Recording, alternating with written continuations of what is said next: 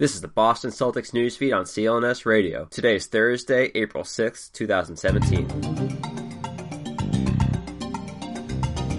This is Corey Prescott reporting for CLNS Radio, the leading online provider of audio-video coverage for the Boston Celtics. Last night's 114-91 walloping at home against the Eastern Conference favorite Cleveland Cavaliers was a wake-up call, a bucket of cold water in the face to a Boston Celtics team that had been fancying themselves as a top team in the Eastern Conference. Brad Stevens has lamented on previous occasions about Boston's inability to coast in any type of situation. In short, the Celtics lack the talent to simply turn it on, as the Cavaliers have been supposedly trying to do in the months of March and April, said Stevens following a loss to the Los Angeles Clippers on March 6th, quote, "I've said all along that we're not as good as our record, and until we play with better poise and we play with better purpose all the way through, then we'll have nights like that," end quote. Last night's 23-point margin saw the Celtics falter in every conceivable way, including a negative 13 rebound margin, a defense that was shredded in transition, and an offense that looked exasperated when their shots failed to go in, a frequent sight given their 7 of 33 performance from three-point territory. Even the Celtics' near 81% mark from the free throw line this season, third in the NBA, was tested as the Celtics shot 18 of 29 from the foul line, or 62%. Of course, LeBron turned in another LeBron-esque performance at the Garden last night, pouring in 36 points, 10 rebounds, and 6 assists on 64% shooting from the field. Although Cavs head coach Ty Lue has played LeBron considerable minutes this season, his most since his last season with Miami, the four-time MVP looked like he was extra focused for this one, despite his insistence during pregame that he was, quote, "the last person to ask about a regular season game, dude," end quote. The victory provides the Cavs with a one-game lead in the standings, although it's really more now, given that last night's victory provides them with a tiebreaker advantage against the Celtics.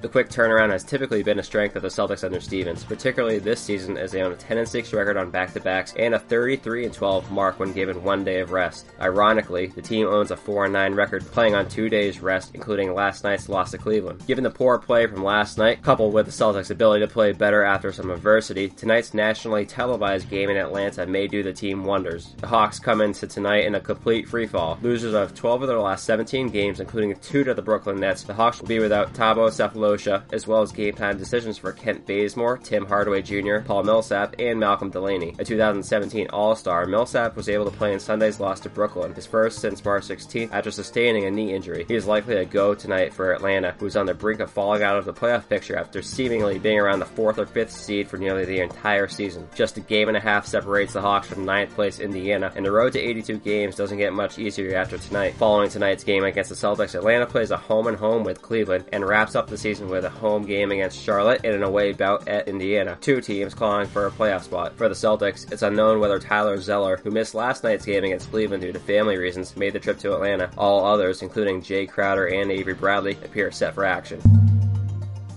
Celtics newsfeed is being powered by the SeatGeek ticketing app, the smartest and easiest way to buy and sell sports and concert tickets. Get a $20 rebate on your first purchase by downloading the free SeatGeek app to your phone. Go to the settings tab and click add a promo code and enter the code CELTSNEWS. That's CELTS News. All one word for a $20 rebate, and so SeatGeek knows who sent you. To stay up to speed on the 17-time world champions, follow CLNSradio.com on Twitter at CLNS Radio. Be sure to subscribe to the Celtics newsfeed both on iTunes and Stitcher, as well as the CLNS Radio mobile podcast app. This has been Corey Prescott for Celtics Newsfeed.